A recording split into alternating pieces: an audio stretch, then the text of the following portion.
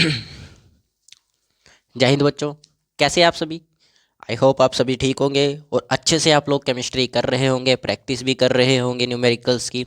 तो आज हम कुछ ऐसे न्यूमेरिकल्स भी करेंगे जो बॉन्ड इंथैल्पी के ऊपर डिपेंड करते हैं। जो बॉन्ड इंथैल्पी होती है उसे निकालने वाले हम कुछ क्वेश्चंस आज करेंगे, बाकी क्वेश्चंस हम कल करेंगे। और साथ ही साथ हम दो चार क्वेश्चंस पिछले देख लेते हैं जो हम इंथैल्पी के ऊपर करते आ रहे हैं और जो एग्ज़ाम पॉइंट ऑफ व्यू से इम्पोर्टेंट्स हैं। ठीक है। और साथ के साथ हम उन न्यूमेरिकल्स को भी सॉल्व करेंगे जिनको देखकर बच्चे कहते हैं सर ये पॉसिबल ही नहीं है कि हम इन्हें कर सकें, जिन्हें देखकर हमारा कॉन्फिडेंस टूट जाता है, जिन्हें देखकर हमें लगता है भाई केमिस्ट्री बहुत मुश्किल होती है, जिन्हें देखकर हमें लगता है कि या नीट JEE एनडीए जैसे एग्ज़ाम हमारे बस के नहीं हैं। ऐसा नहीं है, हर बच्चा कर सकता है अगर उसके अंदर मेहनत और प्रैक्टिस हो। ठीक है। तो आज हम उसी चीज़ को दिखाएंगे आपको कि कितने मुश्किल होते हैं क्वेश्चन, कितने आसान होते हैं। वैसे तो मुश्किल कोई क्वेश्चन नहीं होता, आसान ही होते हैं, जैसे हम कराते तो आसान ही है। ठीक है। तो चलिए अपनी क्लास को शुरू करते हैं, पहले क्वेश्चन की तरफ चलते हैं। ये कल क्वेश्चन मैंने आप लोगों को कराया था, आज हम आगे क्वेश्चन करते हैं। ठीक है, इसको मिटा देते हैं।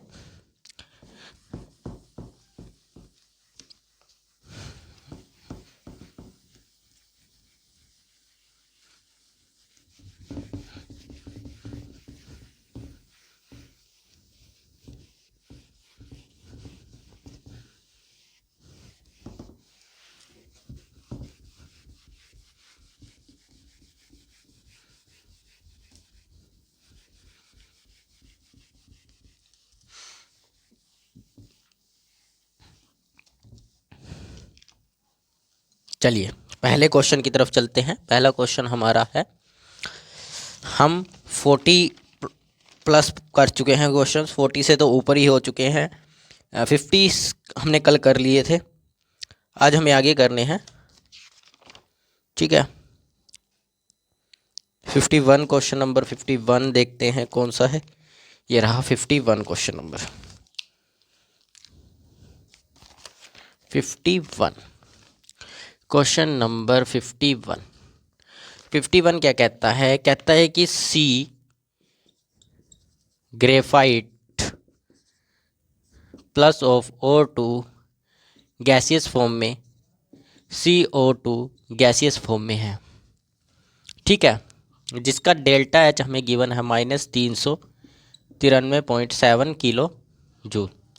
ठीक है, वहीं पर हमें सेकेंड रिएक्शन जो गिवन है वो है सी डायमंड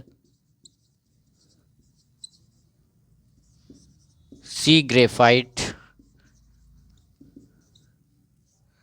ठीक है, और जिसका डेल्टा H हमें गिवन है -2.1 किलो जूल।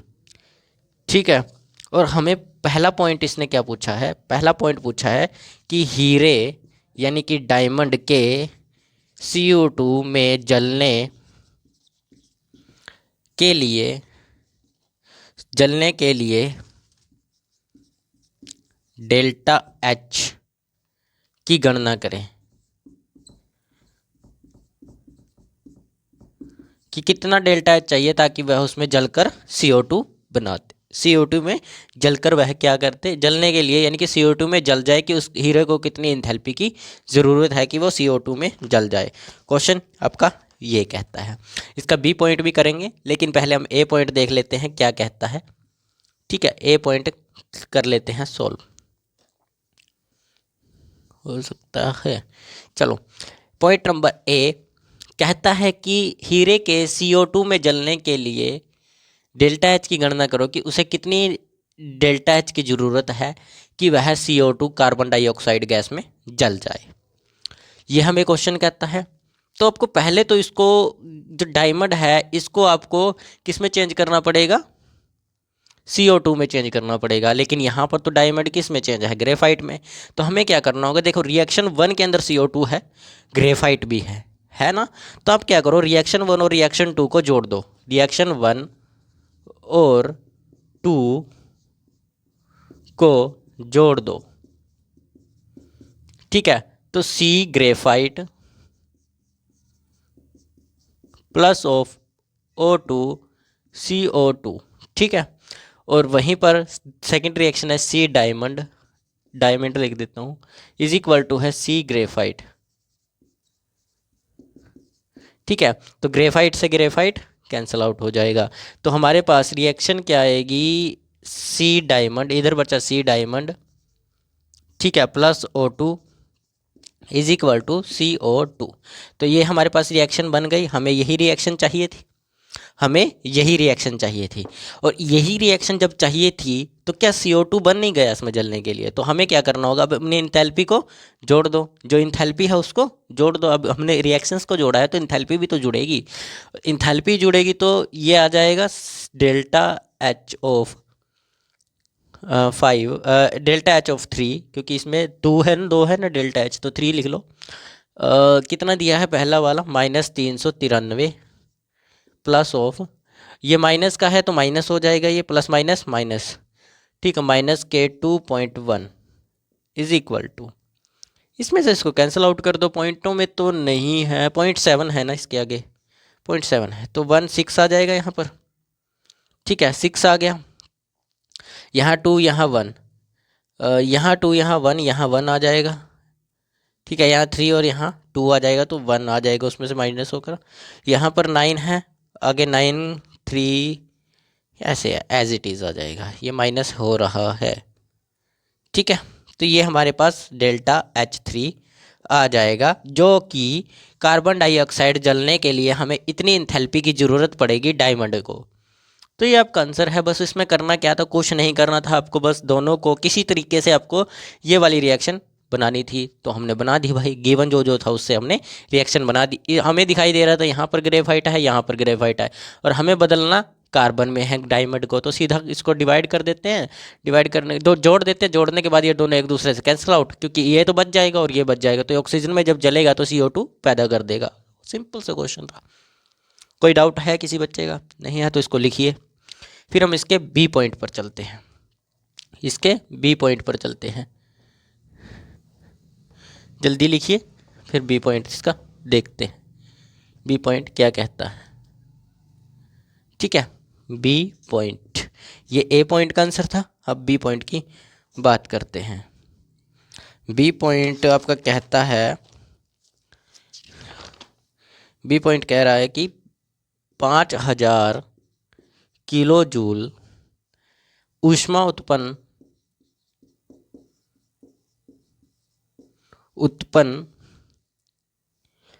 ऊष्मा उत्पन्न करने के लिए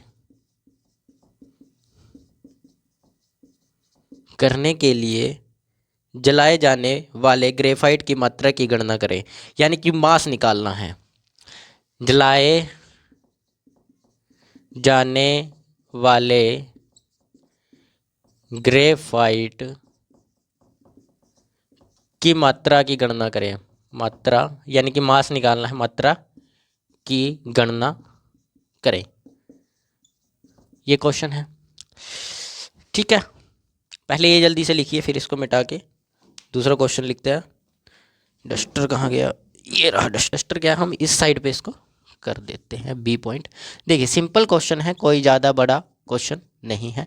किलो जूल है आपके पास, 5000 किलो जूल के अंदर किलो जूल ऊष्मा उत्पन्न करने के लिए जलाए जाने वाले ग्रेफाइट की मात्रा ज्ञात करेगी। कितना ग्रेफाइट जलाएं कि हमारे पास 5000 किलो जूल ऊष्मा आ जाए। तो आपको 5000 जब भी निकालना पड़े, हमने पीछे भी किया है बहुत क्वेश्चन, कल की क्लास में हमने क्वेश्चंस किए थे, उसमें भी हमने निकाला था। अगर हमें बड़ी से बड़ी ऊर्जा की बात करनी है, अभी इतनी ऊर्जा कितने मोल्स निकालेगी, तो हमें पहले पता होना चाहिए एक मोल से कितनी ऊर्जा निकल रही है, एक मोल से कितनी ऊर्जा निकल रही है। तो एक मोल से, ठीक है, एक मोल ग्रेफाइट, ठीक है, कितनी ऊर्जा निकाल रहा है, तो कितनी निकाल रहा था, ये रहा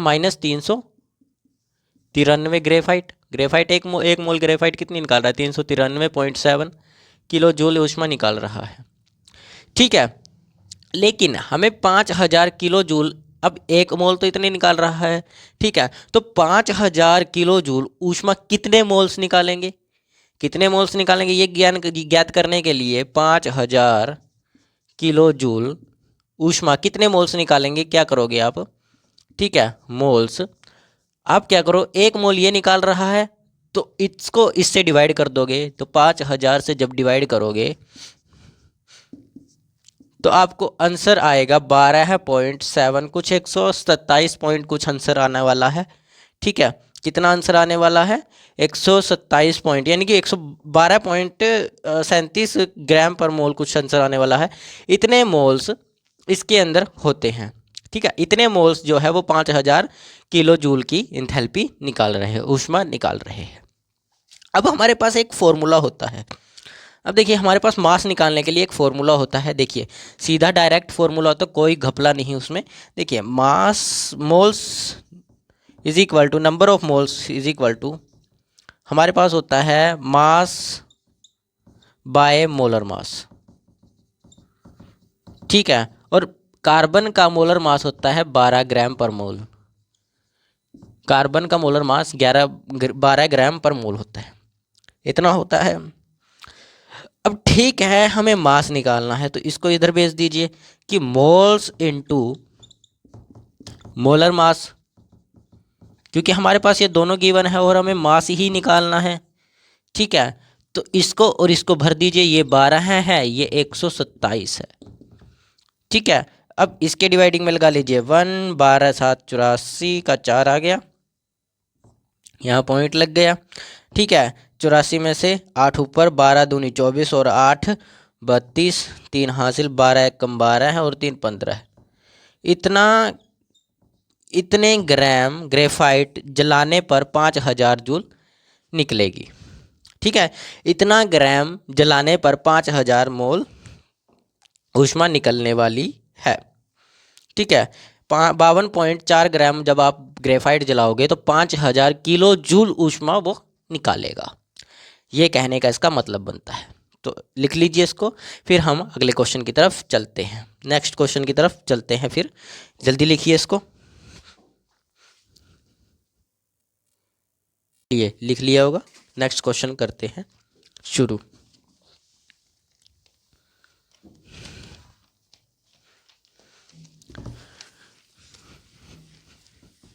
देखो बच्चों, क्वेश्चन बिल्कुल आसान है, कोई क्वेश्चन मुश्किल नहीं है, सारे क्वेश्चन आसान है। अब हमें वो भी करने हैं आगे, बॉन्ड इंथैल्पी वाले भी करने ही हैं आगे क्वेश्चंस। ठीक है, नेक्स्ट क्वेश्चन है 52। इसका बी और ए पार्ट दोनों समझ आ गए।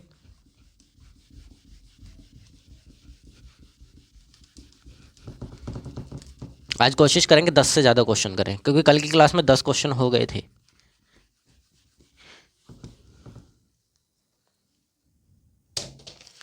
चलिए, क्वेश्चन नंबर 52।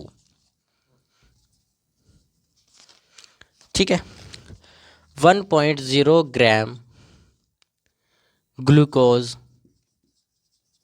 ठीक है, यानी कि फॉर्मूला भी आपको गिवन ही है, CO6 के दहन का मतलब समझते हो, कंब्यूजन। ठीक है, मैं बताऊंगा नहीं, बार बार कंब्यूजन होता है से उत्पन्न ऊष्मा की तुलना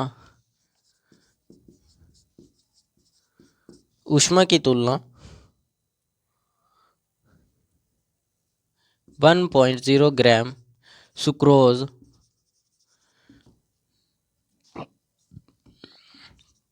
जिसका फॉर्मूला C12 है, H22O11 है, से करें। ठीक है, और आपको दिया गया है CO2, H2O, ग्लूकोज और सुक्रोज के निर्माण की मानक ऊष्मा, आपको गिवन है। ठीक है,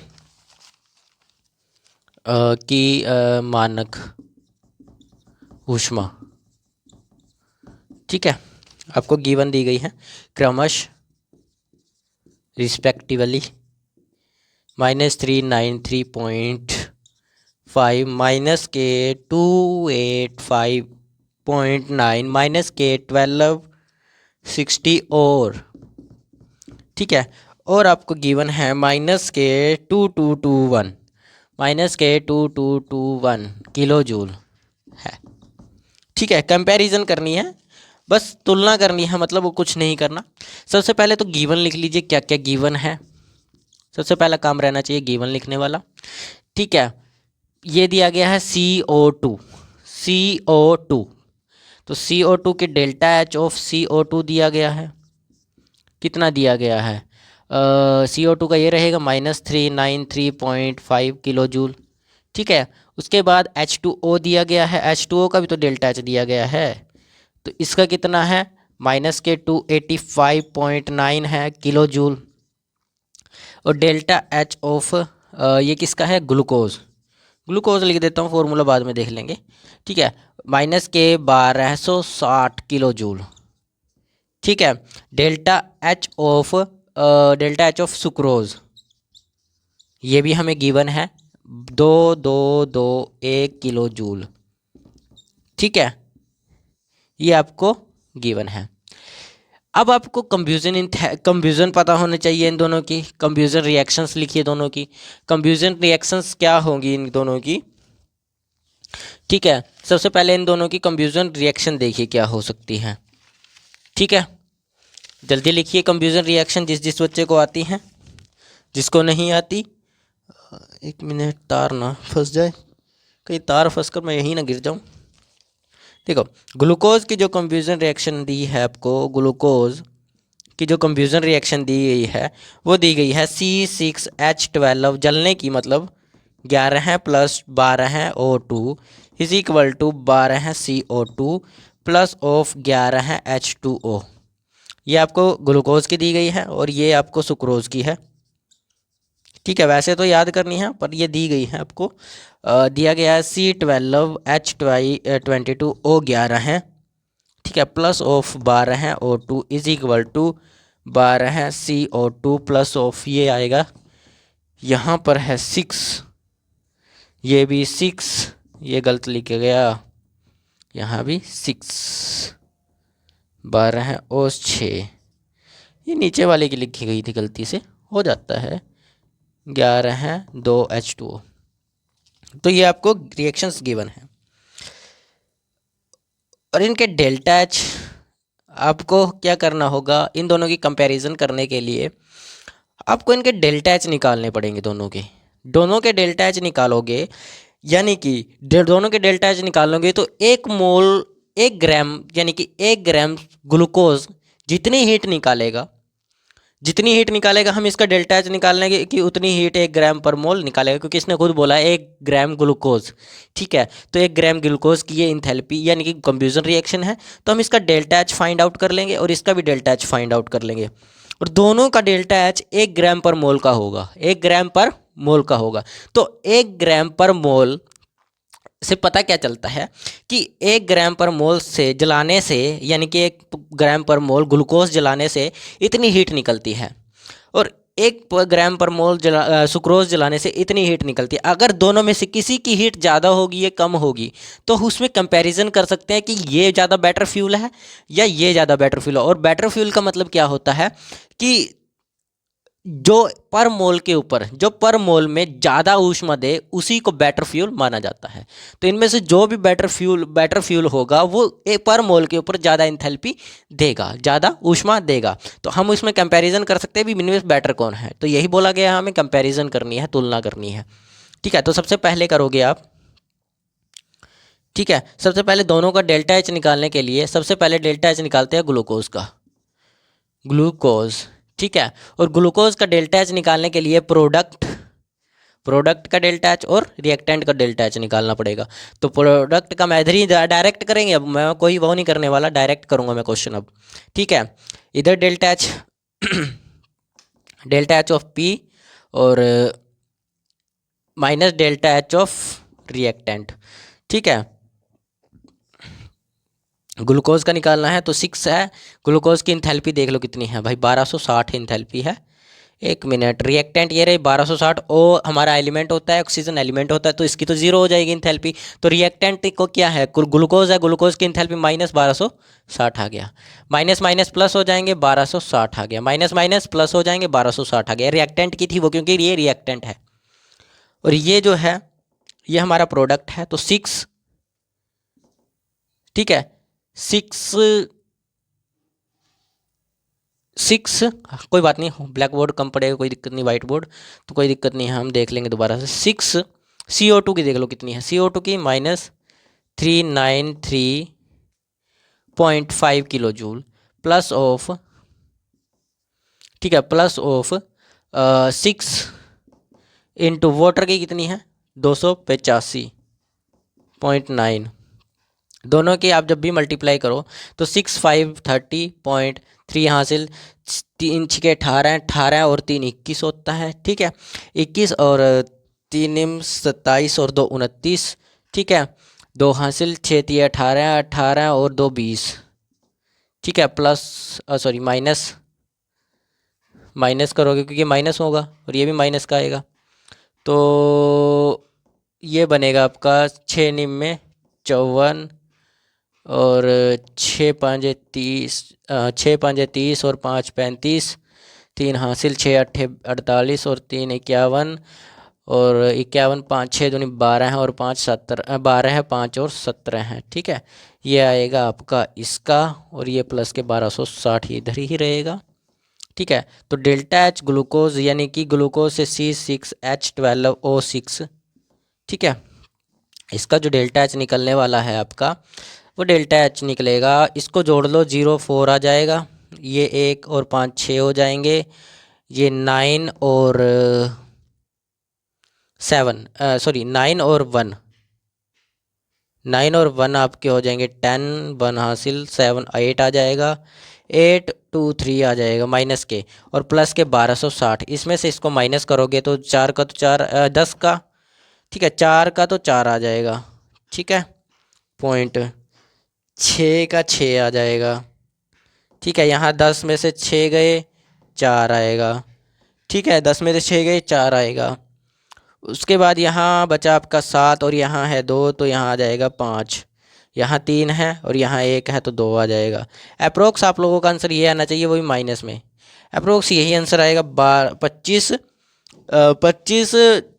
46.4, यही आंसर आना चाहिए, चेक कर लो, यही आंसर आया होगा, ठीक है।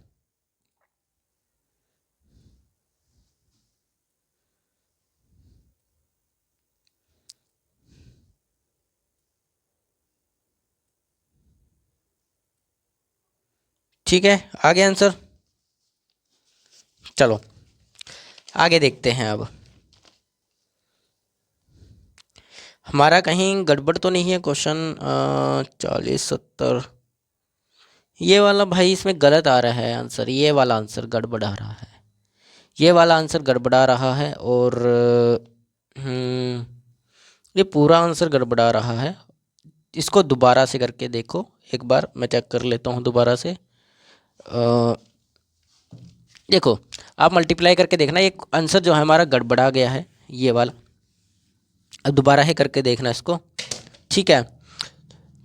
क्या आ रहा है हमारे पास, प्रोडक्ट वाली जो हमारे पास फीलिंग्स आ रही है, प्रोडक्ट वाली जो आ रही है वो 3 23 61 आ रही है माइनस के, ठीक है, और प्लस माइनस के हमारे पास 17 15 आ रहा है, 0.4 आ रहा है, ये इसके अंदर आंसर आ रहा है, ठीक है, और प्लस के 1260 है, देख लेना एक बार, गड़बड़ी हो गई थी बीच में, और हमारे पास जो आंसर बचेगा वो बचेगा 2816.5 किलो जूल। आप लोग इसको निकाल कर देखना, आज कैलकुलेशन में थोड़ी मिस्टेक हो रही है, देखिए 3 5 15 है, 6 5 30 0 1 3 हासिल 6, ठीक है ठीक है ठीक है, 18 है, 18 और 3 21 आता ना यहाँ पे, 21 का 1 आएगा, ठीक है, उसके बाद करोगे 6 6 निम 54, 6 निमे 54, 54 में और 2 जोड़ोगे तो 54 और 2 कितने होंगे 56 होंगे, तो 6 आएगा, तो ये ठीक है, जोड़ लेना इसको आंसर में, ठीक है, ये अपना आंसर आ रहा है, मैंने शुक्र है यहीं पे चेक कर लिया, आगे जाकर दिक्कत हो जाती वरना। अब डेल्टा एच ऑफ सुक्रोज निकाल लो, sucrose, delta H of sucrose आप अच्छे से करेंगे, delta H product minus delta H of reactant. ठीक है, तो डेल्टा एच ऑफ सुक्रोज का निकालोगे तो सुक्रोज ये रहा, सुक्रोज में भी सेम ही रहेगा। ये देखिए सुक्रोज जो है इधर रिएक्टेंट रहेगा और इधर क्या है रिएक्टेंट, इधर है CO2H2O। सबसे पहले सुक्रोज को रिएक्टेंट लिख लीजिए। सुक्रोज की इंथैल्पी है कितनी ये चेक कर लीजिए। सुक्रोज की इंथैल्पी ये माइनस में है कि प्लस में है, ये एक बार चेक कर लेता हूँ मैं, माइनस में है कि प्लस में है। सुक्रोज इंथैल्पी ये माइनस में है भाई, ये वाली इंथैल्पी माइनस में है। तो माइनस के माइनस माइनस प्लस सेम। ठीक है, 2 किलो जूल वगैरह बाद में लिखेंगे। ठीक है, 2 आ गया इतना। ठीक है, वो तो निकाल ही लोगे रिएक्टेंट, यार रिएक्टेंट इधर जीरो हो जाएगा, ये वाला रिएक्टेंट तो जीरो ही हो जाएगा। तो बचा कितना, ये वाला, सिर्फ ये वाला बचा। तो ये वाले का सेम मैंने डायरेक्ट लिख दिया, माइनस माइनस प्लस हो गए वो। अब आपको प्रोडक्ट का निकालना है, प्रोडक्ट में निकाल लीजिए। प्रोडक्ट में क्या है, यहाँ पर 12 CO2 है, 12 है मल्टीप्लाइड बाई माइनस 393.7। ठीक है, माइनस 393.7। ठीक है, बीच में आ गया प्लस क्योंकि प्रोडक्ट के जोड़ने हैं। यहाँ पर आएगा 11 क्योंकि H2O 11 है। ठीक है, देखो पिछले क्वेश्चन जिसने किए होंगे उसको अच्छे से प्रैक्टिस होगी इसलिए मैं इसको अलग अलग नहीं कर रहा। नेक्स्ट क्वेश्चन हम अलग अलग कर लेंगे, कोई दिक्कत नहीं है। नहीं समझ आ रहा तो नेक्स्ट क्वेश्चन अलग अलग कर लेंगे। ठीक है, तो H2O है, H2O मल्टीप्लाइड बाय H2O कितना होता है 285.9। ये हमें याद हो चुके हैं क्योंकि ना हमने बहुत ज़्यादा यूज़ इनका कर लिया है। 1260 नहीं, 2221 है, 2221। ठीक है, सेम कर लीजिए इसको भी मल्टीप्लाई। जब इसको मल्टीप्लाई करोगे तो हमारे पास आएगा, 1 मिनट में कर लेता हूँ एक बार, 12,784। ठीक है, 12,784 और 3.3 भारतीय 36 और 36 और 8, 36 और 8 हमारे बनेंगे 44। ठीक है, 44 में से 4 हासिल, 12 नीम में 108 और 4 12 हैं, 11 हैं हासिल, 12 36 और 11 47। माइनस के यही आएगा। चेक करो एक बार, चेक चेक प्लीज़।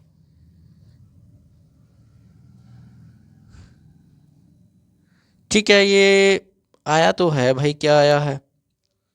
ठीक है, ये तो आ गया। इसको भी करो अब, 11 निम्न 99 9 हासिल, 11 5 55, 55 और 99 आ जाएगा हमारा 64। 6 हासिल आ जाएगी, 11 8 11 8 88, 88 और 6, 88 और 6 बनेंगे आपके 94 का 4 आ जाएगा, 9 हासिल, 11 दूनी 22 और 9 31 आ जाएगा, 31। ठीक है, तो ये भी माइनस का ही होगा ना, ये माइनस का है तो ये भी पूरा पूरा क्या हो जाएगा, माइनस का हो जाएगा। इसको मिटाकर दोबारा लिख देता हूँ मैं, माइनस का 31 11 99.9 हासिल, 11 5 55 55 और 64 6 हासिल, 11 8 88 88 और 4 94। ठीक है, 94 का 9 ऊपर, 11 दूनी 22 22 और ठीक है यही आएगा। ठीक है, +2 2 2 1 देख लेना आपकी बार क्योंकि मैंने कैलकुलेशन नहीं की हुई इसके आगे की, बाकी पीछे की कैलकुलेशन थी। 4 और 9 आपका हो जाएगा, 4 और 9 आ जाएगा 3। ठीक है, 4 और 9 आ जाएगा 3 और 4 और 4 हो जाएगा आपका 8। ठीक है, और 4 और 2 हो जाएंगे 6। ठीक है, 4 और 2 हो जाएंगे 6 और 7 और 1 8 हो जाएंगे। ये हो जाएगा आपका ये वाला, देख लेना मिलाकर, वैसे तो सही होना चाहिए। ठीक है, जब इसको आप माइनस करोगे delta H of sucrose, sucrose का फॉर्मूला क्या बनता है बच्चों, C12 है, H22 O11 है। ठीक है, ये हमारा सुक्रोज का फॉर्मूला होता है। तो इसमें से जब इसको माइनस करोगे तो आपके पास बचेगा अप्रोक्स माइनस 5645.9 कुछ किलो जूल आपके पास आंसर बचने वाला है। अब आप सोचिए ये वाला ठीक है, ये वाला ठीक है। ये किसका बचा था, माइनस का था कि प्लस का था? ये माइनस का रहेगा। एक मिनट, हमने इसको जोड़ा है। 28 7 8 एक 1260 हमने निकाल लिया था ना इसका आंसर। तो किसका ज़्यादा आया है, किसकी ज़्यादा आई है? लेकिन अभी ये तो पूरे ही उसकी है ना, पर मोल की तो हमने निकाली ही नहीं अभी। पर मोल की कैसे निकालोगे अब? पर मोल की देखिए कैसे निकलेगी। अब इसको कर लिया, लिख लीजिए इसको पहले, फिर हम इसकी पर मोल की निकालते हैं। पर मोल का क्या करेंगे, देखिए मैंने इसलिए दोनों की निकलवाई है ताकि हम बाद में इसको आसानी से कर पाएँ। देखो पर मोल की मैं इधर निकाल के दिखा देता हूँ, गड़बड़ ना हो जाए तो आप लोगों को, इसलिए मैं लाइन से दिखा देता हूँ। पर मोल 1 ग्राम ग्लूकोज, ठीक है, सॉरी, पर मोल ग्लूकोज, ठीक है। 1 ग्राम में कितने ग्लूकोज, कितना मोलर मास होता है ग्लूकोज का, कितना मोलर मास होता है ग्लूकोज का? ये रहा। तो 12×4 = 72 प्लस और 12 हैं प्लस ऑफ O6 8×48, ठीक है। 12 हैं, 13 हैं, 8 9 9 और 4 13 है, 132 होता है। तो पर मोल के लिए, पर मोल ग्लूकोज के लिए आपको क्या करना होगा, पर मोल ग्लूकोज के लिए जितनी एनर्जी इसकी आई है, जितनी एनर्जी ग्लूकोज की आई थी, ये आई थी ग्लूकोज की एनर्जी 28 16.5 डिवाइडेड बाय आपको कर देना है मोलर मास से। जब इसको डिवाइड करोगे तो आपके पास आंसर अप्रोक्स बचने वाला है। आपके पास आंसर बचेगा, इसमें आंसर है हमारे पास 15 पॉइंट, ठीक है, पर ग्राम। ग्लूकोज का दोबारा निकाल के देखो यार, 132 होता है कि 180? 180 नहीं तो 32 होता है, ठीक है। ये आएगा कुछ अप्रोक्स, ठीक है। 61 आया, 15 61 कुछ अप्रोक्स आपका आंसर आने वाला है। मेरे पास निकला हुआ है तो मैंने लिख दिया है, आप लोग निकाल के देखिएगा, ठीक है, क्योंकि इतना टाइम नहीं है, बहुत टाइम वेस्ट हो चुका है। तो पर मोल सुक्रोज के लिए भी निकाल लीजिए अब, सुक्रोज, ठीक है। सुक्रोज का मोलर मास क्या होता है, निकालिए। 12 है, 12 12 144, 12 12 144 प्लस ऑफ 12 12 144 और 22 प्लस ऑफ 8 88, इसमें जोड़ दीजिए, 88 को इसमें जोड़िएगा तो कितने बनेंगे, 10 110 ये बन जाएंगे और एक ये बन जाएंगे। तो टोटल 342 का आंसर है, इसका मोलर मास 42 आ जाएगा सुक्रोज का। तो सेम करना है पर मोल के लिए आपको। अब इतनी इसकी आई है तो पर मोल के लिए क्या करोगे, पर मोल के लिए आप क्या करोगे, ये जितनी एनर्जी इसकी आई थी 45.91 डिवाइडेड बाय 342 कर दोगे, जितना मोलर मास है। तो डिवाइड करके अप्रोक्स आपके पास बचने वाला है, अप्रोक्स आपके पास बचेगा 16.5 कुछ आपके पास आंसर बचने वाला है, 51, ठीक है। तो यानी कि कहने का मतलब है जो सुक्रोज है वो थोड़ी सी पर मोल के ऊपर थोड़ी सी एनर्जी ज़्यादा दे देता है, पर मोल के ऊपर थोड़ी सी एनर्जी क्या दे देता है, ज़्यादा दे देता है। इसीलिए सुक्रोज क्या है, ग्लूकोज से बेटर फ्यूल रहेगा, बेटर फ्यूल रहने वाला है, ठीक है। यही बात ये कह रहा है। और मैंने आपको स्टार्टिंग क्वेश्चन कराने से पहले ही ये बात बता दी थी कि ऐसा कुछ होगा इसके अंदर। क्वेश्चन स्टार्ट कराने से पहले मैंने आपको ये बात बता दी थी। अब दोबारा से एक बार बता देता हूँ हमने किया क्या क्या है, ताकि आप लोगों को अच्छे से समझ आ जाए। चाहते तो आप लोग यहाँ भी निकाल सकते थे डायरेक्ट। पहले आपने ग्लूकोज का निकाल लिया, फिर इसकी पर मोल के लिए पर मोल के लिए एनर्जी निकाल लेते, ठीक है, उससे थोड़ा आसान हो जाता। पर मोल के लिए एनर्जी निकाल लेते, फिर इसके साथ करके फिर इस वाले की पर मोल की एनर्जी निकाल लेते, फिर दोनों का कंपैरिजन कर देते, ठीक है। इतना बड़ा नहीं करना पड़ता, करना तो फिर भी इतना ही पड़ेगा, चाहे कैसे ही कर लीजिए। गिवन जो था, हमें बोला गया था कि कंपैरिजन करनी है कि दोनों में से मतलब कंपैरिजन करनी है, बताना बढ़िया बुढ़िया कुछ नहीं बताना था, हमें कंपैरिजन करनी है कि क्या क्या कंपैरिजन हम कर सकते हैं। तो हमें कंफ्यूजन रिएक्शन लिखनी थी पहले दोनों की कंफ्यूजन रिएक्शन जो दी हुई थी वो लिख ली। अब हमें क्या करना है, अगर कंपैरिजन किसी चीज़ की करनी है तो हमें पता होना चाहिए कि उसकी पर मोल इंथैल्पी कितनी है, पर मोल में कितनी एनर्जी वो दे रहा है, एक मोल में कितनी एनर्जी दे रहा है। जो एक मोल में ज़्यादा एनर्जी देगा वो बेटर फ्यूल रहने वाला है। हम इस बेस पर उसकी कंपैरिजन कर सकते हैं। तो हमने जब निकाला, इसका पहले डेल्टा एच निकाल लिया, पूरे ग्लूकोज का डेल्टा एच निकाला, ठीक है। पूरे मोल का, पूरे उसका रिएक्शन का डेल्टा एच निकालने के लिए आपके पास गोल्डन रूल होता है हैज़लो का, कि delta product minus delta reactant, वो आप लोग कर लोगे, मुझे पता है, ठीक है। वैसे ही आपको सुक्रोज के निकाल ले लिया, फिर दोनों के इंथैल्पी जितनी निकली उसको पर मोल से डिवाइड कर देना जितना उनका मोलर मास है। इसका मोलर मास था उससे डिवाइड किया, इसका मोलर मास था उससे डिवाइड किया। उससे क्या होगा, पर मोल की एनर्जी निकल जाएगी। कितनी निकलेगी, पर मोल की एनर्जी निकल जाएगी। और जब पर मोल की एनर्जी आ चुकी है तो आप कंपैरिजन कर सकते हो कि किसकी ज़्यादा है। जिसकी ज़्यादा एनर्जी निकली पर मोल पर, जिसकी ज़्यादा एनर्जी निकली पर मोल पर, वो बेटर फ्यूल होगा किसके अपेक्षा, दूसरे की अपेक्षा में, ठीक है। तो हमारे पास निकली जो सारी की सारी जो एक पर मोल पर एनर्जी जो ज़्यादा निकल रही थी वो ग्लूकोज की निकल रही, सुक्रोज की निकल रही थी। तो सुक्रोज थोड़ा सा बेटर फ्यूल है, किससे, थोड़ा सा बेटर फ्यूल, ज़्यादा बेटर नहीं, थोड़ा सा बेटर फ्यूल है किसके अपेक्षा में, ग्लूकोज की अपेक्षा में, ठीक है। तो ये हमने इसमें प्रूव किया है। तो इस क्वेश्चन को लिखिए, नहीं समझ आया दोबारा देखिए, ठीक है। तो आगे चलते हैं, लिख लीजिए इस क्वेश्चन को, फिर अगले क्वेश्चन पर हम चलते हैं अपने। चलिए, लिख लिया होगा सभी बच्चों ने। अब नेक्स्ट क्वेश्चन की तरफ चलते हैं।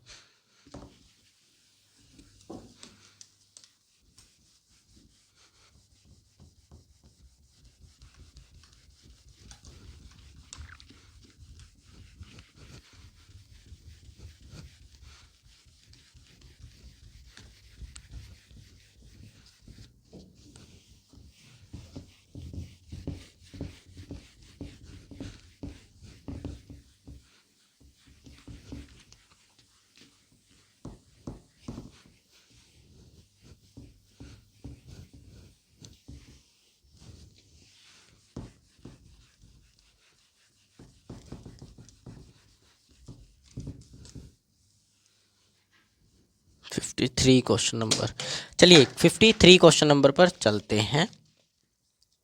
53 क्या कहता है, 53 क्वेश्चन नंबर ये रहा, CO2 और H2O के बीच ग्लूकोज, ठीक है, ग्लूकोज C6H12O6, आपको ग्लूकोज का फॉर्मूला तो पता ही है, मैंने अभी भी लिखवाया है। एक मोल बनाने की प्रतिक्रिया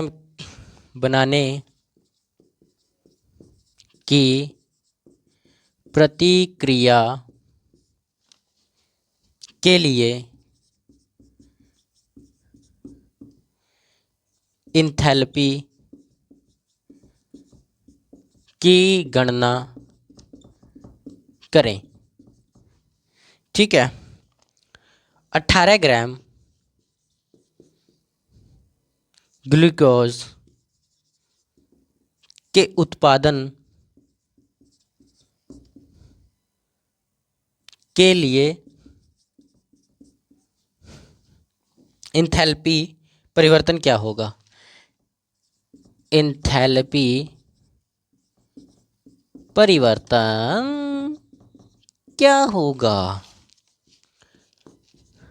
सर, पिछला क्वेश्चन देखकर मैं थोड़ा सा डर सी गया हूँ, कहीं मेरी केमिस्ट्री पीछे न हो जाए। अरे नहीं यार, पीछे नहीं होगी आपकी केमिस्ट्री, ग्लूकोज नहीं होने वाली है, ग्लूकॉन डी पीजिए, अपने आप पर आ जाएगी। सर क्या कह रहे हो। तो फिर क्या करना है, 2.4 किलो जूल मोल,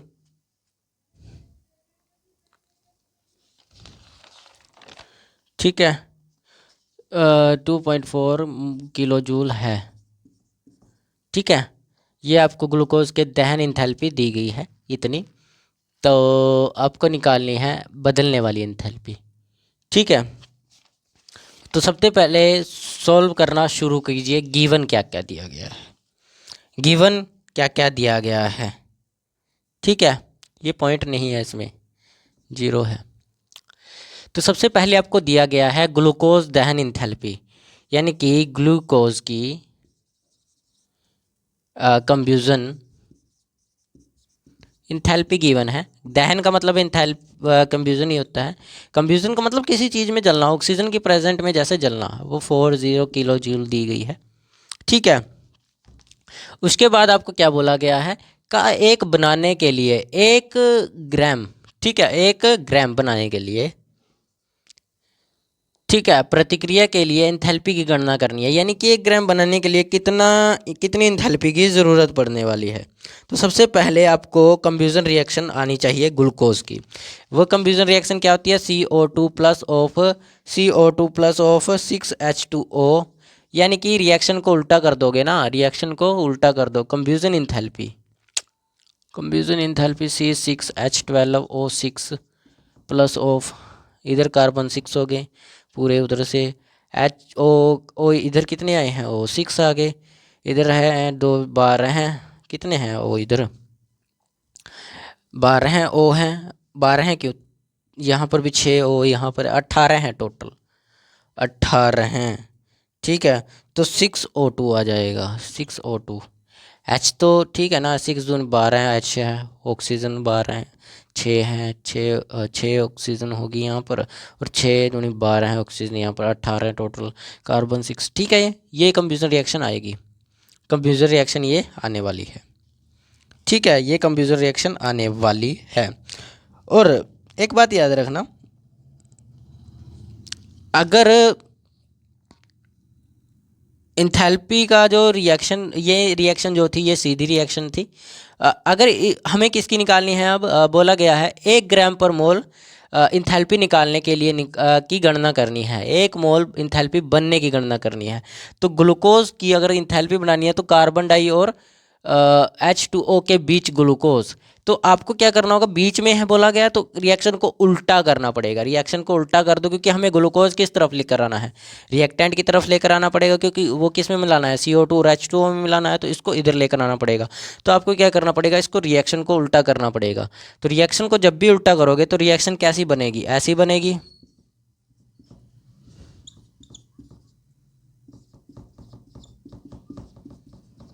ठीक है, ये बनेगी। तो जब भी रिएक्शन को उल्टा किया जाता है तो डेल्टा H भी चेंज हो जाता है। डेल्टा H यहाँ माइनस का था, ठीक है, डेल्टा H यहाँ माइनस का, तो यहाँ किसका हो जाएगा, प्लस का हो जाएगा। तो पर मोल के लिए, पर किलोग्राम ग्लूकोज के लिए, तो ये वाली इंथैल्पी बनेगी, क्योंकि यहाँ पर मोल है ग्लूकोज। तो पर मोल ग्लूकोज के लिए अगर ये इंथैल्पी है, पर मोल, 1 मोल ग्लूकोज को ही बोला जाता है ग्लूकोज के लिए एंथैल्पी गिवन है, आपको कितनी है, ये है। ठीक है, तो अब आपको आगे पूछा गया 1 ग्राम, मतलब मोल का मतलब हो गया ग्राम ही मान के चलिए, ग्राम बराबर है ये। ठीक है, तो 18 ग्राम ग्लूकोज के उत्पादन के लिए इंथैल्पी परिवर्तन क्या होगा। 18 ग्राम ग्लूकोज को पलटने के लिए, यानी कि बनाने के लिए कितनी इंथैल्पी की ज़रूरत पड़ेगी। अब 18 ग्राम बोला गया है, तो 18 ग्राम में ग्लूकोज भी निकालने होंगे, 18 ग्राम में ग्लूकोज भी निकालने होंगे। तो निकालिए ग्लूकोज, 18 ग्राम में ग्लूकोज को भी पता होना चाहिए कितने होंगे। ठीक है, तो पहले आपको इसके अंदर कितने मोल्स बनते हैं, 18 ग्राम में कितने मोल्स बनेंगे, तो वो भी निकालना पड़ेगा यार। 18 ग्राम ग्लूकोज है, ठीक है, और मोलर मास हम निकाल सकते हैं। हाँ, पहले आप मोल्स निकालिए, number of moles of glucose. पहले आपको मोल्स निकालने पड़ेंगे ना, अगर 18 ग्राम के अंदर आपको एनर्जी निकालनी है भी, 18 ग्राम के लिए कितनी एनर्जी चाहिए होगी, तो मोल्स से ही निकाल पाओगे ना। तो मोल्स निकालो, इसके पहले कितने होंगे, इसके मोल्स बनेंगे आपके, मोलर मास तो 18 नहीं है, मोलर मास जो होता है इसका 180 होता है, 180 नहीं होगा यार, 180 तो वाटर का होता है शायद, 180 इसका होगा क्या, दोबारा करो, 12 6 72 प्लस 12 है, और 8 6 48, यार 72, 132 आएगा। 132 आएगा। और 132 आएगा तो इसको डिवाइड कीजिए। 18 कम 18, 18 एक 18 छिक्के 108, 18 साते 126, 18 8 144, 44 तो नहीं आएगा, ठीक है, बड़ा हो जाएगा तो 126, 126 यहाँ लिखो यार, 132 बाहर आएगा, 18 अंदर जाएगा, तो 0.1 के आसपास लगा लीजिए, 0.1 के अप्रोक्स आंसर आने वाला है आप लोगों का। 0.1 भी नहीं आएगा। 132, 180, एक, हाँ एक ही आएगा क्योंकि 180 बन जाएगा, 132 बाहर है तो एक पे करोगे तो एक आएगा। आगे चलता रहेगा, कर लेना आगे भाई। आगे का तो वैसे हमें लिखने की जरूरत नहीं, इतने बहुत है मोल्स के लिए, अप्रोक्स इतना ही आएगा। 132 के 132 कह रहा हूँ, 0.1 आएगा। अब 0.1 मोल्स के लिए इंथैल्पी किसकी, ग्लूकोज, तो इंथैल्पी कितनी बनेगी, एक मोल के लिए तो इतनी थी, तो 0.1 मोल के लिए इसको मल्टीप्लाई करोगे तो 840 इज इक्वल टू अप्रोक्स आपका आएगा।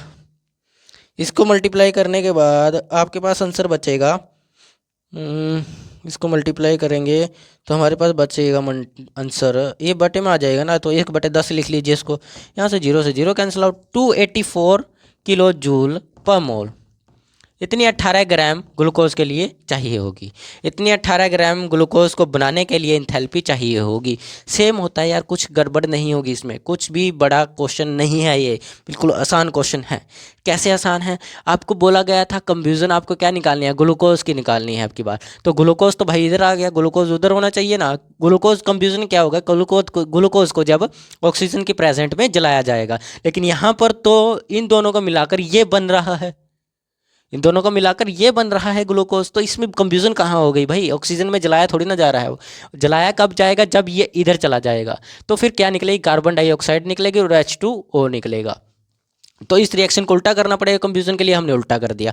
और जब रिएक्शन उल्टी की जाती है तो साइन भी चेंज हो जाता है इंथैल्पी का, तो साइन चेंज हो गया, प्लस में हो गया, माइनस था पहले, ठीक है। फिर हमें पता करना होगा एक मोल के लिए कितनी इंथैल्पी निकलती है, इतनी इंथैल्पी निकले, क्योंकि एक मोल है, ज़्यादा नहीं है, एक मोल के लिए, ठीक है।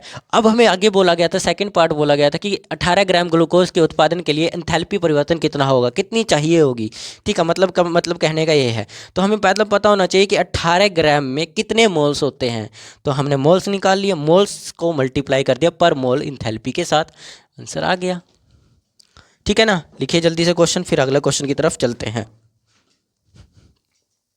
ये लिख लिया होगा सभी बच्चों ने। नेक्स्ट क्वेश्चन करते हैं। डस्टर हमारा कहीं और गिर गया था, ठीक है, चलिए क्वेश्चन करते हैं।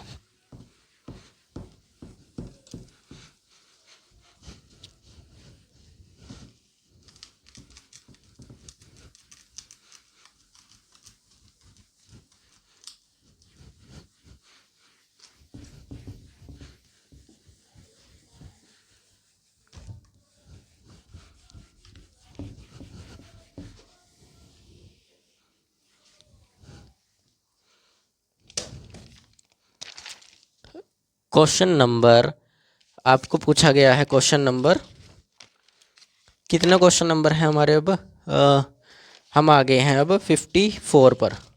तो 54 नंबर क्वेश्चन है। 54 नंबर क्वेश्चन क्या कहता है, ए आपको इसमें दिया गया गैस सिलेंडर के एक सिलेंडर में, मैं इधर और इधर सॉल्व कर दूंगा ना, में 11.2 kg ब्यूटेन है, ठीक है। यदि सामान्य परिवार को खाना पकाने के लिए, यदि सामान्य परिवार को खाना पकाने के लिए, ठीक है, खाना पकाने के लिए 20,000 20,000 kg किलो जूल ऊर्जा की आवश्यकता है, ऊर्जा की आवश्यकता है, तो सिलेंडर कितने समय तक चलेगा? सिलेंडर कितने समय चलेगा ये बताना है, ठीक है। और आपको दिया गया है कि ब्यूटेन की दहन ऊष्मा आपको, यानी कि दहन ऊष्मा ऑफ ब्यूटेन, ब्यूटेन की क्या बनेगी भाई? ब्यूटेन है, ठीक है। आपको दहन ऊष्मा उसकी ब्यूटेन की जो गिवन है वो आपको दी गई है। एक मिनट चेक करते हैं कितनी दी गई है। आपको दहन ऊष्मा जो दी गई है वो दी गई है 26।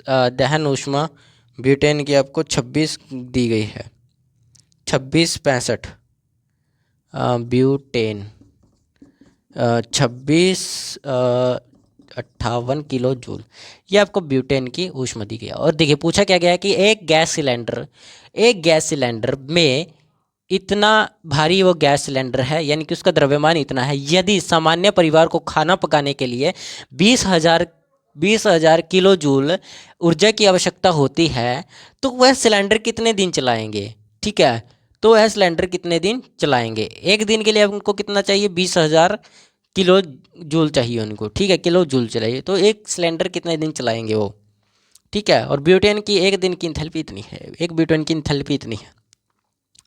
तो सबसे पहले आप लोग क्या कीजिएगा, जो जो गिवन है वो तो लिख लिया आप लोगों ने, ठीक है। द्रव्यमान हमें ये गिवन है, ठीक है, सब कुछ लिख लिया हमें। सबसे पहले आपको इसको ग्राम में कन्वर्ट करना है, तो ग्राम में कन्वर्ट कीजिए। केजी से ग्राम में कन्वर्ट करना होगा। केजी से ग्राम में जब कन्वर्ट करोगे तो केजी से ग्राम में कन्वर्ट करने के लिए आपको इसको 1000 से मल्टीप्लाई करना पड़ेगा, तो 11,200 ग्राम द्रव्यमान एक सिलेंडर का आ गया। 11,200 ग्राम एक सिलेंडर का द्रव्यमान आ गया। तो अब आपको क्या करना होगा? अब आपको करना होगा, ठीक है, अब आपको करना क्या होगा, इसके इंथैल्पी निकाल लीजिए। सॉरी, इंथैल्पी नहीं, पहले आपको मोल्स ज्ञात करने पड़ेंगे ना। मोल्स भी तो ज्ञात करने हैं यार, मोल्स ज्ञात करो पहले। तो मोल्स ऑफ ब्यूटेन, ब्यूटेन तो मोल्स ऑफ ब्यूटेन, ब्यूटेन के मोल्स कितने होंगे? C4, एक मिनट, 2 8 C4H6 ब्यूटेन होगा। प्रोपेन ब्यूटेन, ठीक है, ठीक है, ठीक है, ठीक है, हमारा ठीक है।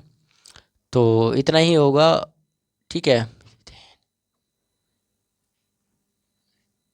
ये आएगा आपका 2 दूनी 4,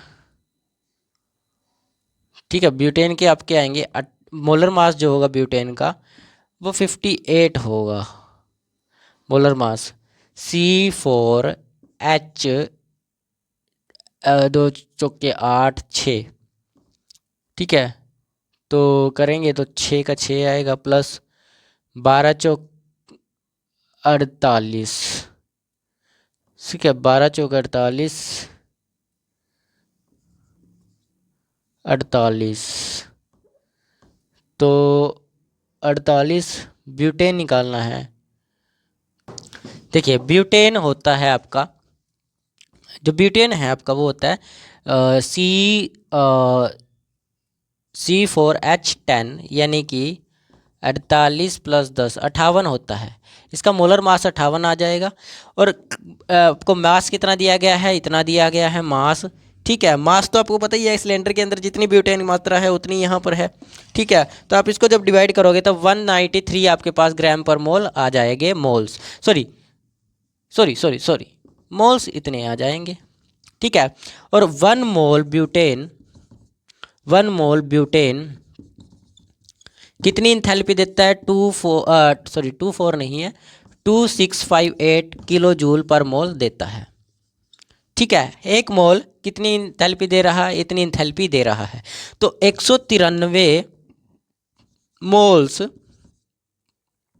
ब्यूटेन कितनी इंथैल्पी देगा? तो 193 इंटू 265 ये, तो 5,13,000 के आसपास किलो जूल इंथैल्पी देगा। इतनी इंथैल्पी कम से कम ये देगा आपको, ठीक है। इतनी इंथैल्पी कम से कम देने वाला है, हाँ इतनी ही आएगा। एक मिनट चेक कर लेते हैं, हाँ इतनी इंथैल्पी ही देगा, ठीक है।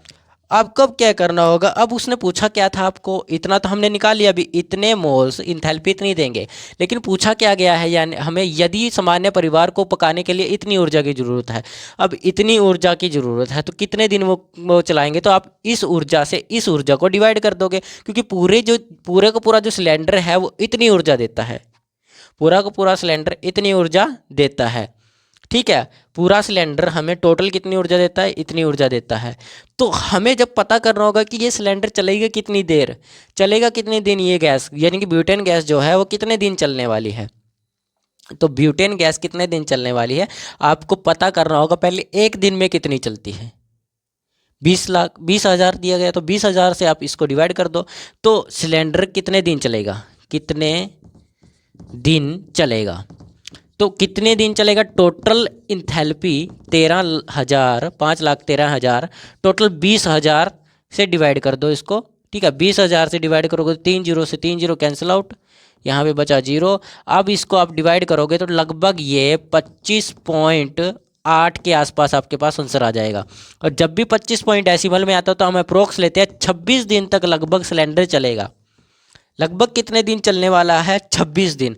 अगर यहाँ पर 5 से छोटा होता तो हम मान लेते भी ये 25 दिन सिलेंडर चलेगा, यानी कि 25 से 26 दिन तक एक परिवार उस सिलेंडर को चला सकता है। कितने? अगर 11.2 किलो का वह सिलेंडर है और उसमें एक इंथैल्पी की टोटल इंथैल्पी कितनी है, उसके अंदर ऊर्जा इतनी है, तो अगर इतनी टोटल ऊर्जा है वो तो एक दिन में हम इतनी यूज़ कर रहे हैं, तो कितने दिन तक चला सकते हैं उसको? इतने दिन तक चला सकते हैं डिवाइड करके। तो हमने इंथैल्पी निकाल ली।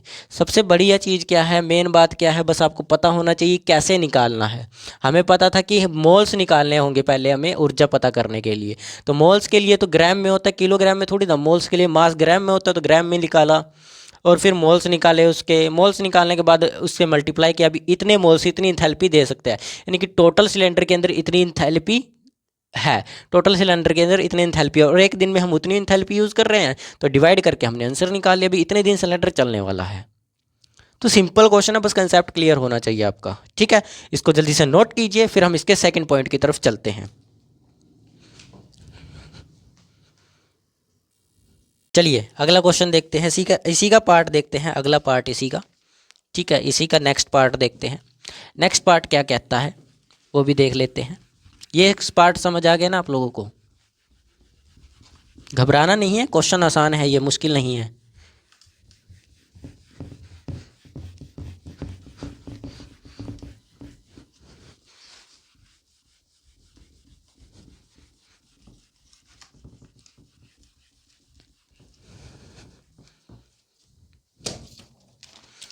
क्वेश्चन नंबर 44 का ए पार्ट, नहीं सर बी पार्ट।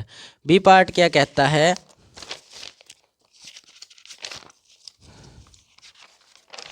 बहुत सारे क्वेश्चन हो गए ना आप लोगों के, तो मुझे याद रहता है भी कितने क्वेश्चन करने हैं कितने नहीं।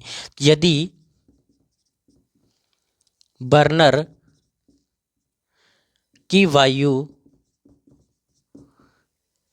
आपूर्ति, ठीक है, अपर्याप्त है, यानी कि निकल रही है, तो गैस एक गैस का एक हिस्सा गैस का एक हिस्सा हिस्सा बिना जले निकल जाता है, यह मानते हुए कि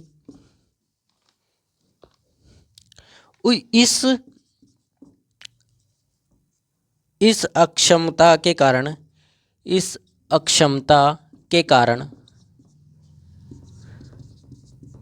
ठीक है, इस अक्षमता के कारण 33% गैस बर्बाद हो जाती है। सिलेंडर कितने समय तक चलेगा? सिलेंडर कितने समय तक चलेगा, ये हमें बताना है अब कि अगर बर्निंग की वायु आपूर्ति अपर्याप्त है तो गैस का एक हिस्सा बर्बाद हो जाता है, एक तरह से बाहर निकल जाता है, बिना जलाए वो बाहर निकल जाता है, मतलब बर्बाद हो रहा है। यह मानते हुए कि अक्षमता के कारण 33% गैस बर्बाद हो रही है और 67% गैस हमारे पास बचती है। तो कहने का मतलब तो यही बनाना यार, 33% गैस क्या हुई? बर्बाद हो गई। 33% गैस बर्बाद हुई है तो सिलेंडर का पता करना है भी कितने दिन तक वह सिलेंडर चलेगा। अगर 33% बर्बाद हुई तो 67% तो बची, हाँ या ना? तो 67% गैस जो है वो यूज़ की गई है, तो हम यूज़ करी हुई गैस को निकालेंगे तो 33, बाकी पता चल जाए कितने। हम तो ये बताना ना सिलेंडर कितने दिन चला है, ये थोड़ी ना बताना है कि 33% में कितनी ऊर्जा बर्बाद हुई। हमें सिर्फ इतना बताना है कि कितने दिन सिलेंडर चलेगा। 33% से भाड़ में जाए, हमें सिर्फ 67% की निकाल लेंगे कि कितनी यूज़ हुई है, तो उससे हम सिलेंडर पता चल जाए कितने दिन चला है। ठीक है, तो करिए क्वेश्चन सॉल्व, करिए जल्दी से करिए। 67%, ठीक है। टोटल एनर्जी हमारे पास जो आई थी वो इतनी आई थी, एक सिलेंडर में टोटल एनर्जी इतनी थी, ठीक है, 5,13,000, ठीक है। तो 67% एनर्जी, 67% इंथैल्पी है ना, एनर्जी नहीं इंथैल्पी, कितनी यूज इंथैल्पी, यूज 67% इंथैल्पी कितनी होगी? 67/100 इंटू 5,13,000, ठीक है। तो ऐसे ही निकालते हैं ना 67% में कितनी एनर्जी होगी, तो 2 जीरो से 2 जीरो कैंसिल आउट। अब इससे मल्टीप्लाई करोगे तो हमारे पास अप्रोक्स, मैं लिख देता हूँ, मेरे पास आंसर लिखा हुआ है 3,43,000। इतनी से इंथैल्पी हमारे पास बचेगी। कितनी इंथैल्पी बचेगी? इतनी इंथैल्पी बचने वाली है। अब आपको आगे क्या करना है? आगे आपको कुछ नहीं करना, अब दिन निकालने हैं सिर्फ। कितने, क्या निकालना है? दिन निकालने, क्योंकि एक दिन में हम कितने सिलेंडर की कितनी ऊष्मा यूज़ कर सकते हैं? 20,000 ऊष्मा यूज़ करनी है। तो कितने दिन सिलेंडर चलेगा? कितने दिन सिलेंडर चलेगा, ये निकालने के लिए आपको क्या करना होगा? एक दिन में जितनी ऊष्मा यूज़ करते हैं डिवाइडेड कर दो। एक दिन में हम 20,000 ऊष्मा यूज़ कर रहे हैं, 2 लाख हो गई, ये तो 20,000 ऊष्मा यूज़ कर रहे हैं, तो हमारे पास टोटल ऊष्मा है कितनी जो यूज़ हुई है? वो इतनी हुई है, तो 3 जीरो से 3 जीरो कैंसिल आउट। अब इसको डिवाइड कर लीजिए, इसको डिवाइड करोगे आपके पास लगभग 17.2 दिन का आ जाएगा। अप्रोक्स 17 दिन तक सिलेंडर चलेगा, 17 दिन तक सिलेंडर आपका चलने वाला है। क्योंकि क्या हुआ है, 33% ऊष्मा यूज़ हो चुकी है, 33% ऊष्मा क्या होगी? बर्बाद हो गई है, यानी कि 33% गैस बर्बाद होगी अक्षमता के कारण, यानी कि वह यूजेबल नहीं थी, इसलिए वह गैस बाहर निकल गई अपने आप से, ठीक है, बेकार चली गई। लेकिन यूज़ भी तो हुई है ना कुछ गैस, उसमें से यूज़ भी हुई है गैस। कितनी गैस यूज़ हुई? 67% गैस यूज़ हुई है। तो 67% अगर गैस यूज़ हुई है तो 67% गैस को हम निकाल लेंगे भी, उसमें कितनी ऊष्मा बचती है। तो हमारे पास टोटल ऊष्मा सिलेंडर के अंदर इतनी थी, यानी कि गैस जो थी, हम इतने गैस को इतनी देर तक चला सकते थे, ये वाली इतनी ऊष्मा गैस से ले सकते थे, ठीक है। तो 67% हमने निकाल लिया कि कितनी ऊष्मा ले सकते हैं, इतनी ऊष्मा ले सकते हैं। अब हमें पता है कि हमें सिर्फ एक दिन में 20,000 किलो जूल ऊष्मा यूज़ करनी है। कितनी ऊष्मा यूज़ करनी है? सिर्फ 20,000 किलो जूल ऊष्मा यूज़ करनी है। तो हमें पता है हमारे पास 67% ऊष्मा इतनी यूज़ हुई है और 20,000 इतनी है हमें यूज़ करनी है। जो इसको डिवाइड कर लीजिए, दिन निकल आएगी कि सिलेंडर कितने दिन चलने वाला है। बस सिंपल क्वेश्चन था यार, कोई मुश्किल ही नहीं थी। आप कहते हो ऐसे क्वेश्चन मुश्किल होता है, ऐसे क्वेश्चन मुश्किल नहीं, बिल्कुल आसान होते हैं। इसको लिखिए, फिर हम आगे देखते हैं। चलिए इसको अच्छे से लिख लीजिएगा और डरना बंद कर दीजिए केमिस्ट्री वगैरह से। केमिस्ट्री में कोई डर नहीं होता, केमिस्ट्री बिल्कुल आसान चीज़ है, इतनी आसान है कि आप उसको घर बैठे बैठे पढ़ सकते हो और पढ़ भी रहे हो, ठीक है। इतना है कि ट्यूशन की भी ज़रूरत नहीं होगी अगर आपके कंसेप्ट क्लियर है तो। ट्यूशन की ज़रूरत नहीं, आप 15-15, 1600 रुपया देते हो एक सब्जेक्ट के लिए। हमारे यहाँ तो इतना ही दिया जाता है। वैसे हमारा तो चलो कम कम ही रहता, हम 12th 11th को पढ़ाते नहीं। लेकिन क्या होता है 12th 11 की भी फ़ीस बहुत ज़्यादा होती है मार्केट के अंदर, यहाँ पर मार्केट में ज़्यादा है फीस। तो 1500-1600, अगर आपके कंसेप्ट क्लियर है, आप अच्छे से पढ़ लेते हो, तो 1500-1600 रुपये बचेंगे ही आपके।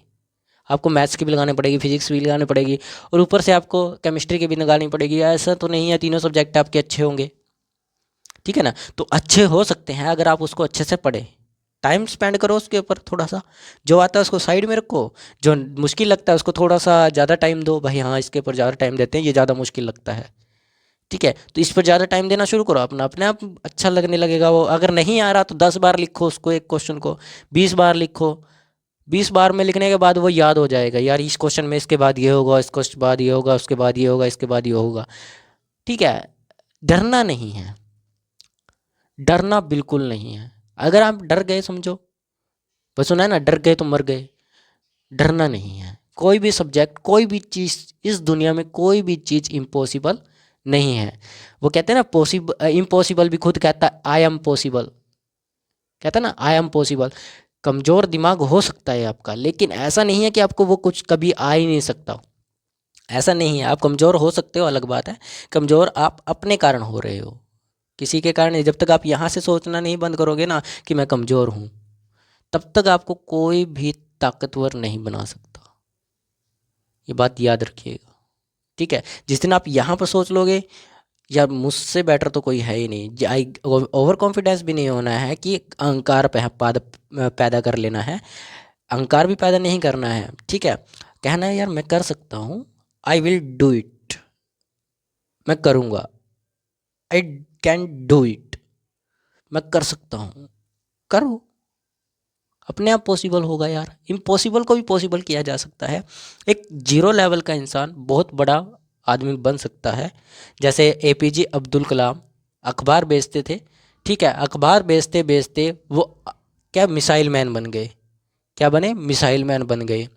ऐसी बड़ी बड़ी चीज़ें हैं, ठीक है। आपके पास एक पेट्रोल पंप पर काम करने वाला इंसान खुद का बहुत बड़ा एम्पायर खड़ा कर दिया, जियो का खड़ा कर दिया ना। तो फिर आप लोग भी कर सकते हो यार। आप लोग ये मत सोचो मैं नहीं कर पा रहा हूँ कुछ यार, आज मेरा ये नहीं हो रहा, थोड़ा टाइम लगता है, सबकी प्रोसेस एक सेम सी होती है, ठीक है। क्योंकि भगवान भी तो टेस्ट करता है ना, भी इसको इतने करोड़ों रुपया दे दूंगा मैं, तो यार ये तो एकदम लुटा देगा, इसको सब्र करना आना चाहिए, फिर जाकर इसको इतना पैसा दिया जाएगा, इतना आदमी इसको, अमीर आदमी इसको बनाया जाएगा। तो थोड़ा सोचते रहो, पैसे कमाने में कंजूसी मत करो, सोचने में कंजूसी नहीं करनी। टारगेट बनाओ, बहुत बड़े बड़े टारगेट बनाओ कि मुझे इतना पैसा कमाना है, इतना नाम कमाना है, बस। जहाँ टारगेट, जिसका टारगेट फिक्स है ना, वो आगे निकल जाता है कहीं ना कहीं। अगर आपका टारगेट बहुत बड़ा होगा, कम से कम उसके 10% पर तो पहुँचोगे। जैसे किसी बच्चे का टारगेट 10 लाख करोड़ कमाना है, ठीक है, तो यार वो 10 लाख करोड़ कमाने की कोशिश तो करेगा, कोशिश तो करेगा। अगर नहीं भी कमा पाया, कम से कम उसके 10%, 10,000 करोड़ पर तो पहुंचेगा, 10% पर तो पहुंचेगा, 10,000 करोड़ पर, तो फिर कहीं तो पहुंचेगा। अगर विजन ही आपका ये है अभी 10 लाख कमाना है यार, बहुत महीने के 10 लाख आते रहे बस बहुत है। अरे 10 लाख सोच रहे हो तो यहाँ पर सिर्फ 1 लाख ही आने वाला है। 1 लाख में क्या होगा, कुछ भी नहीं होगा।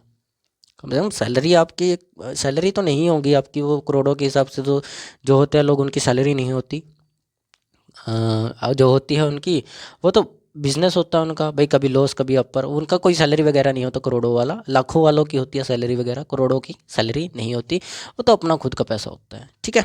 तो बड़े सपने बनाते रहिए, सोचते रहिए, और सब्जेक्ट कोई भी आपका कमज़ोर नहीं है, आपने खुद बना रखा है, ठीक है। तो चलिए आज के लिए इतना ही, बाकी क्लास हम कल करेंगे। जय हिंद, जय भारत।